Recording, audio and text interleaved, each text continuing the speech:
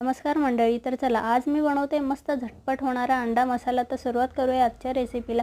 त्यासाठी खलबत्त्यामध्ये मी 2 मोठे चमचे घरगुती मसाला घेतला, 1 चम्मच गरम मसाला, चवीनुसार मीठ, 1 चमचा धणे पावडर, थोडीशी हळद आणि बारीक चिरलेली कोथिंबीर। छान मुसळीने बारीक करून घ्यायचे, अशा पद्धतीने छान बारीक होतो। कढईमध्ये मी 1 ते 2 पळी तेल घेतले, तेल छान कडकडीत तापून घेतलं, त्यामध्ये तो कुटलेला मसाला ॲड करायचा आणि मस्त छान तरी येईपर्यंत शिजवून घ्यायचं। चॅनलला नवीन असेल तर चॅनलला सबस्क्राइब करा, बेल आयकॉनला क्लिक करायला विसरू नका। गरजेनुसार पाणी टाकून रश्श्याचं प्रमाण वाढवून घ्यायचे। गॅसची फ्लेम हाय करायची। रश्श्याला छान उकळी आली का गॅसची फ्लेम लो करून यामध्ये एक एक अंडं फोडायचं आणि ज्या साईडला उकळी येते त्या साईडला हे अंडी सोडायची। एक साईड आपली 2 ते 3 मिनिटं छान शिजवून घ्यायची। त्यानंतर दुसरी साईड पलटवून अंडा मसाला छान मस्त 5 ते 6 मिनिटं शिजवून घ्यायचे।